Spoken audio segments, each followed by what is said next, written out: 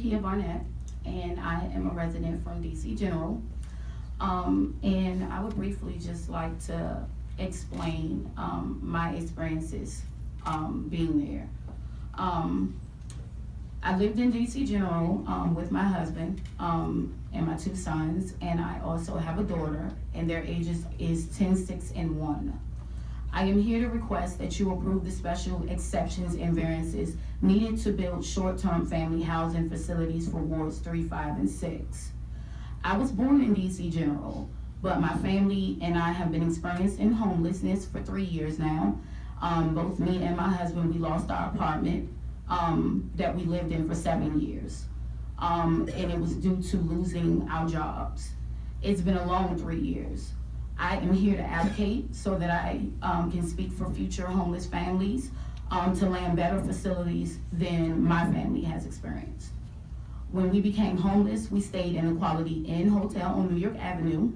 And one of the difficulties about living there was that me and my kids were always sick.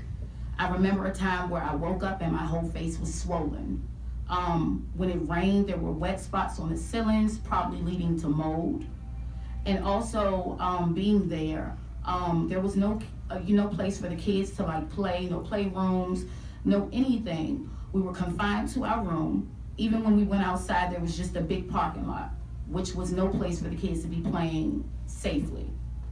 To get food, we had to go to the lobby, get trays, then take it back to our rooms.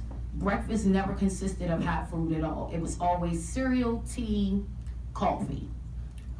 Also, when we had to meet with our counselors and case managers, with half of the time they were probably not there, we had to walk down the street to a different hotel, which was the Days Inn on New York's Avenue.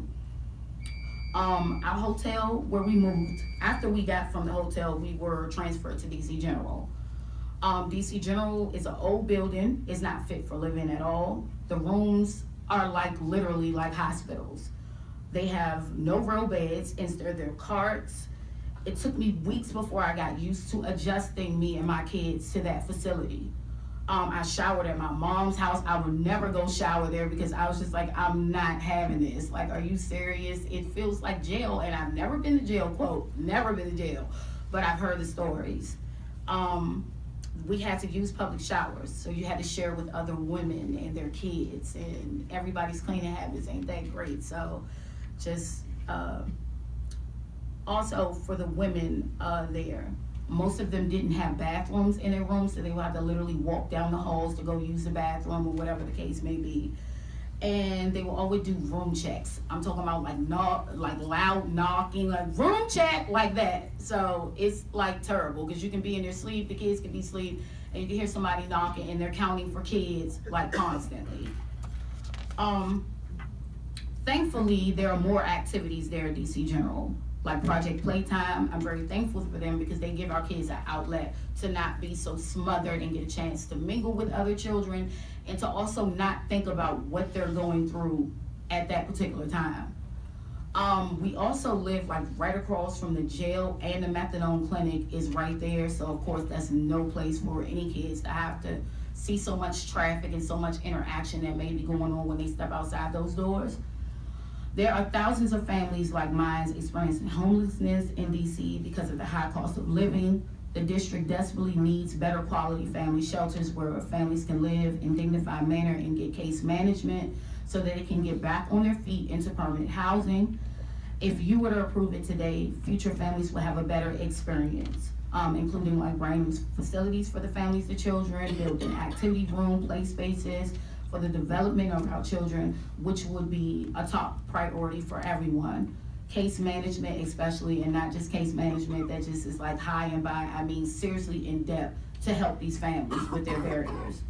Also where the families can feel like families, where they can sit down, and eat and things like that, which the hotels really don't really offer that. Also a smaller number of families living on the site so that we don't get treated like numbers. I don't believe these facilities will negatively impact the surrounding community, but the public need to ensure dignified housing for homeless families like mine for outweighs any convenience, traffic, construction, parking, building. The mayor and council have done their part to help our children. Now it's your turn. Children will stay in these unacceptable facilities unless you vote to approve these special exceptions and variances. Thank you.